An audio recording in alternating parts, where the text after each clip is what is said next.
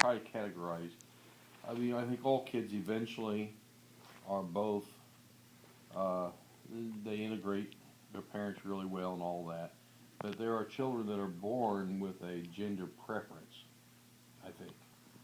And I think Nevi was born with a female gender preference, which usually the characteristic of that is that they most definitely they have a strong bond with their own biological dad if they get to know them, and she did, and she did. Uh, but one of her fun games was bonding with Grammy, and she would, they would, we could do our name calling game. I'd pick out things like anything in the house, call them something, and then they would call me something. Then she would, in order to keep herself from being affected by what I would be throwing back and to try to fight for the boys' team, she would be hiding and grabbing. Anyway, the boys' team, girls' team with her was probably an interesting kind of a fun thing. Plus, when she was little, we watched a lot of um, SpongeBob SquarePants. We have that.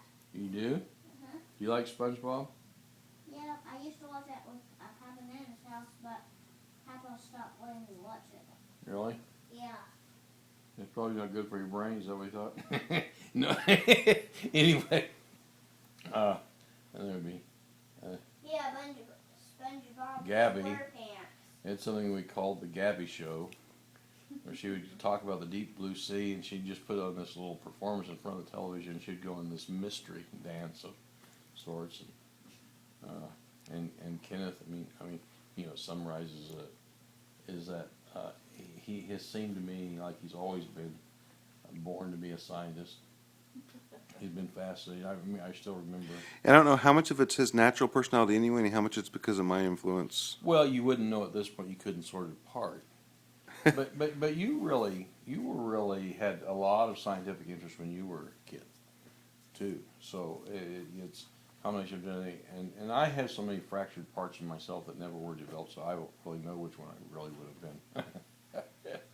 I see some of myself in all my kids, but I never was that good at it. One thing I remembered about Nevi when she was about 2.5, she'd get in front of the TV when we were all there watching a movie or a show, and she'd say, "Everybody watch me." Oh yeah. Well, that was kind of a difficult situation for. I mean, Jenna, Doug and Karen's daughter, always been very special to our household. Well, when the grandkids started, she felt a little bit threatened.